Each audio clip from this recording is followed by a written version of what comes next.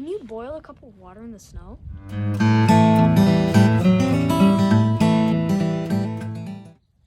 Guys, I'm gonna use my storm ball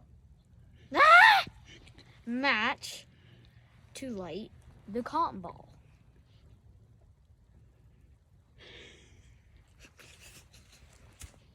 After my cotton ball's on fire, I'm gonna put some kindling. After I put the kindling on, I'm gonna put some more bigger sticks. After I put on the kindling, I'm gonna put on some bigger sticks, I mean.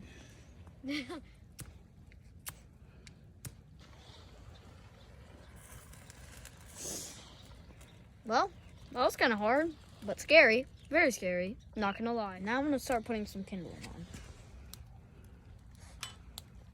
Well, now that little piece is got on, I think.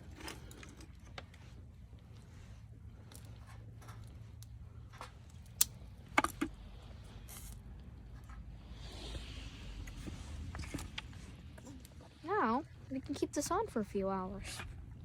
Ah. Is it warm? Yeah, it's really warm. Feels really good. I'm gonna take this cup of snow and boil it. Oh yeah, I'm gonna throw snow on my dad later.